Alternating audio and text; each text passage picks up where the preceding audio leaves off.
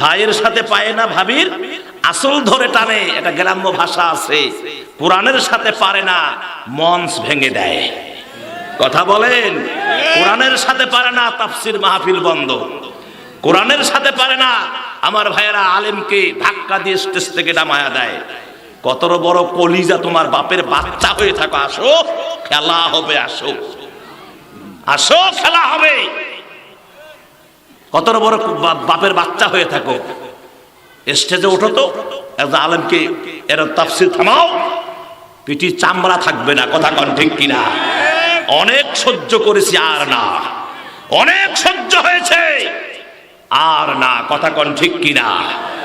সম্মানিত মুসলমান ভাইয়েরা, তাহলে এমন একটি কিতাব আল্লাহ রাব্বুল আলামিন দিলেন, যে কিতাবের ভিতরে কোনো সন্দেহ নাই, আর আল্লাহ এটা নাজিল করেছেন এই জাতির জন্য। আল্লাহ সে কথা বললেন কোরআনুল কারীমের সূরা ইব্রাহিম 1 নম্বর আয়াত। সুবহানাল্লাহ কোন এই আয়াতের ভিতরে আল্লাহ বললেন আলিফ লাম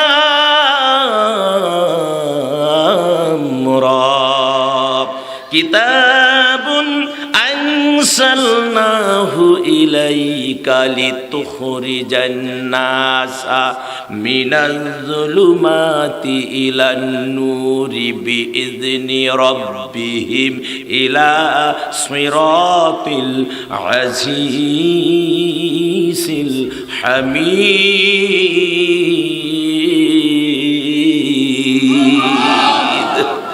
আল্লাহ পাক বললেন সেই পরাক্রান্ত প্রশংসার যোগ্য, পরাক্রান্ত প্রশংসার যোগ্য আল্লাহ রাব্বুল আলামিনের নির্দেশিত পথের দিকে পথভোলা মানুষগুলোকে অন্ধকার থেকে জুলুমাতি ইলান নূর লিতুখরিজান নাসা মিনাজ যুলুমাতি ইলান নূর, এই মানুষগুলোকে অন্ধকার থেকে আলোর দিকে বাহির করে আনার জন্য আল্লাহ এই কোরআন অবতীর্ণ করেছেন। সুবহানাল্লাহ। আমার ভাইয়ারা, এই কোরআনের ভিতরে আল্লাহ রাব্বুল আলামিন এমন একটি বিষয় এই জাতিকে আল্লাহ পাক জানিয়ে দিলেন, চমৎকার একটি বিষয় আল্লাহ এই জাতিকে জানিয়ে দিলেন। সেই বিষয়টি রব্বুল আলামিন বললেন 10 শ্রেণীর মানুষের পরকালে কোনো ভয় নাই। কোথায় ভয় নাই? 10 শ্রেণীর মানুষের পরকালে কোনো ভয় নাই। কথাটা কার? আর জোরে কোন কার? আল্লাহ রাব্বুল আলামিন ক্লিয়ার করে জাতিকে জানিয়ে দিলেন 10 শ্রেণীর যারা মানুষ হবে আল্লাহ রাব্বুল আলামিন তাদের কোনো ভয় থাকবে না, তাদের কোনো টেনশন থাকবে না, তাদের কোনো কষ্ট হবে না। আল্লাহ রাব্বুল আলামিন তাদের উপর থেকে তামাম বালা মুসিবতগুলো আল্লাহ দূর করে দিবেন। জোরে কোন সুবহানাল্লাহ। 1 নম্বরে আলোচনা চলছে কিন্তু জালিকাল কিতাবু। আপনারা যারা ওলামায়ে কেরাম আছেন একটু নজরে রাখবেন, মনে করবেন যে হুজুর এদিক ওদিক যাচ্ছে না, আমি আমার আলোচনার তাফসিরের হক আদায় করে কথা বলছি। জালিকাল কিতাবু লা রাইবা ফি, এই কিতাবে কোনো সন্দেহ নাই। এমন একটি কিতাব আল্লাহ পৃথিবীতে নাজিল করেছেন, কোনো সন্দেহ নাই। এই কিতাব অন্ধকার থেকে মানুষকে আলোর দিকে বাহির করে আনে। কথা কোন আনে। তো এই কিতাব মানলে আল্লাহ পাক বলেছেন যে 10 শ্রেণীর মানুষের, তারা যদি এই 10টা কাজ করে, এই 10 শ্রেণীর মানুষের কোনো ভয় নাই পরকালে। পরকালে ভয় না থাকলে দুনিয়ায় থাকে নাকি? দুনিয়াও ভয় নাই, পরকালেও ভয় নাই। আমার ভাইয়েরা, তোর মধ্যে 1 নাম্বার সৎ পথের অনুসারী যারা, সৎ পথ, এই সৎ পথের অনুসারী যারা, সৎ পথ আপনি কি মনে করেন? সৎ পথ কোন, সেটা কি? আমার ভাইয়েরা, পথ মানে রাস্তা। কথা কোন ঠিক কিনা? রাস্তা কিন্তু 2টা, একটা হলো হিজবুল্লাহ আর একটা হিজবুশ শয়তান। একটা হলো কোরআনের রাস্তা, হাদিসের রাস্তা, আর একটা হলো শয়তানের রাস্তা। কথা কোন ঠিক কিনা? আমার ভাইয়েরা, এই যে সৎ পথ, এই সৎ পথের অনুসারী যারা, আল্লাহ রাব্বুল আলামিন তাদের কোনো ভয় নাই, তাদের কোনো চিন্তা নাই। কেননা হযরত আদম আলাইহিস সালাতু ওয়াস সালাম, আল্লাহ বলেছেন, ও আদম রে, হাওয়া রে, জান্নাতে থাক, খাওয়া দাওয়া করার, জান্নাতে ঘুমাও, জান্নাতে আরাম করো, খবরদার ওই গাছের নিকটবর্তীও যেও না। কিন্তু শয়তান প্রলোভন দিয়ে দিয়ে নিয়ে গেছে। এটা তাদের পরিণতি ছিল, কথা কোন ঠিক কিনা? তবে এটা পরিণতি বলবো না, এটা আল্লাহ পাকের ওই হিকমত ছিল। কেননা কেন হিকমত ছিল? আপনি শুরুটায় দেখেন, সূরা বাকারার 30 নম্বর আয়াতের মাঝামাঝি একটা শব্দ আছে। কি আছে? যে আরদে, জান্নাতে না। ওয়াইজ ক্বালা রাব্বুকা লিল মালাক, খুব বুঝবেন কিন্তু, মাথা খাটান। ওয়াইজ ক্বালা রাব্বুকা লিল মালাইকাতি ইন্নী জাইলুম ফিল আরদি খলিফা। এখানে জান্নাতে খলিফা কয় নাই, ফিল আরদে খলিফা মানে আমার আল্লাহ আদম আর হাওয়াকে, এই মানুষকে জান্নাতে ঘুরে বেড়ার জন্য, সংসার করার জন্য, বসত বাড়ি করার জন্য আল্লাহ পাঠায় নাই। আমার আল্লাহ জমিনের নেতৃত্ব, খলিফা, প্রতিনিধিত্ব করার জন্য আদম হাওয়াকে বানাইছে। কি হুজুর ক্লিয়ার? বাস্তব কথা তো। হ্যাঁ, অনেক আগের হুজুররা বলতো, ইসরে দাঁত কামড়াম, যদি আদম হাওয়া ভুল না করতো আমরা জান্নাতেই থাকতাম। ওরা ভুল করছে, এই জন্য জান্নাত থেকে আল্লাহ বাইর করে দিয়েছে। এটা আদম আর হাওয়া ভুল করে, ওটা আল্লাহ পাকের হিকমত। তাহলে বোঝেন, এখানে আয়াতের অর্থ বোঝা লাগবে না, আপনাকে শব্দের অর্থ বোঝা লাগবে না। জান্নাত আর জমিন এক হয়? তাহলে এখানে আল্লাহ বলছেন ফিল আরদে খলিফা মানে জমিনের নেতৃত্ব, জমিনের প্রতিনিধিত্ব করার জন্য আল্লাহ আদম হাওয়াকে আল্লাহ তৈরি করেছেন। সুবহানাল্লাহ। তারপরেও গন্ধম খাইলেন, ড্রেস খুলে পড়ে গেল ইতিহাস। আল্লাহ বললেন, তোমরা নেমে যাও, জমিনে চলে যাও, জান্নাতে তোমাদের আর জায়গা নাই, জমিনে চলে যাও। আমার পক্ষ থেকে যখন তোমাদের কাছে সৎ পথের নির্দেশ আসবে, সৎ পথের নির্দেশ আসবে, আল্লাহ পাক বলছেন সূরা বাকারার 38 নম্বর আয়াত, কুলনাহবিতু মিনহা জামিআন ফাইম্মা ইয়াতিয়ান্নাকুম মিন্নী হুদান ফামান তাবিআ হুদায়া ফালা খাউফুন আলাইহিম ওয়ালা হুম ইয়াহজানুন। আল্লাহ পাক বললেন, আমি বললাম তোমরা সকলেই এই স্থান হতে নামিয়ে যাও। আদমকে ইন্ডিকেট করলেন, আমার পক্ষ থেকে যখন তোমাদের কাছে সৎ পথের আদেশ আসবে, নির্দেশ আসবে, আল্লাহ পাক বললেন তাহলে তখন যাহারা সৎ পথের পথিক হবে, যাহারা নির্দেশ অনুসরণ করবে, আল্লাহ বললেন তাদের কোনো ভয় নাই, আর তারা চিন্তাগ্রস্ত হবে না।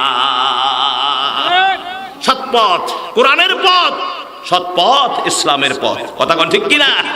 আমার ভাইয়েরা, 2 নম্বরে বললেন পরকালে যাদের 10 শ্রেণীর মানুষের পরকালের ভয় নাই। 2 নাম্বার হলো যাহারা আল্লাহ এবং পরকালে বিশ্বাসী, আল্লাহকে যারা বিশ্বাস করে, পরকালে যারা বিশ্বাস করে। সুবহানাল্লাহ। কোন কাকে বিশ্বাস? কাকে বিশ্বাস? আল্লাহকে। আল্লাহকে বিশ্বাস করেন না? হ্যাঁ, পরকালকে বিশ্বাস করেন না? পরকাল অবশ্যই আমাদের জন্য, কারো জন্য খুব কঠিন হয়ে আসবে, কারো জন্য পরকালটা হবে নিয়ামতে ভরা। কেউ আরশের ছায়ার তলে স্থান পাবে, আর কেউ আরশের ছায়ার স্থান পাবে না। তাদের জন্য কিয়ামতের ময়দানটা তামা হয়ে যাবে, তাদের জন্য তামা হবে, কষ্টের কোনো কুল কিনারা থাকবে না। আমার ভাইয়েরা, আল্লাহ রাব্বুল আলামিন বললেন যে পরকালে যাদের ভয় নাই, যাহারা পরকালে এবং আল্লাহতে বিশ্বাস করে, মান আমানা বিল্লাহি ওয়াল ইয়াউমিল আখিরি ওয়া আমিলা সলিহান ফালাহুম আজরুহুম ইনদা রাব্বিহিম ওয়ালা খাউফুন আলাইহিম ওয়ালা হুম ইয়াহজানুন। আল্লাহু আকবার। আমার ভাই, আল্লাহ বলে যাহারাই আল্লাহ এবং আখিরাতে ঈমান আনে এবং সৎ কাজ করে, তাদের জন্য আল্লাহ পাক বললেন, তাদের জন্য আল্লাহর পক্ষ থেকে আল্লাহ পাক বললেন তাদের জন্য পুরস্কার আছে, তাদের জন্য আজরুহুম পুরস্কার আছে, আর তাদের কোনো ভয় নাই, আর তারা চিন্তাগ্রস্ত হবে না। আল্লাহ পুরস্কারও দিবেন আর কোনো ভয়ও থাকবে না, চিন্তাও থাকবে না। তার কারণ এদের হেফাজত করনেওয়ালা আমার আল্লাহ নিজেই হয়ে যায়। কে হয়ে যায়? আল্লাহ নিজেই হয়ে যায়। যেমন এখানে বলা হয়েছে, আমার বন্ধুগণ, আমি কিছু কথা, অনেক মা বোন এখানে এসেছেন, আলহামদুলিল্লাহ।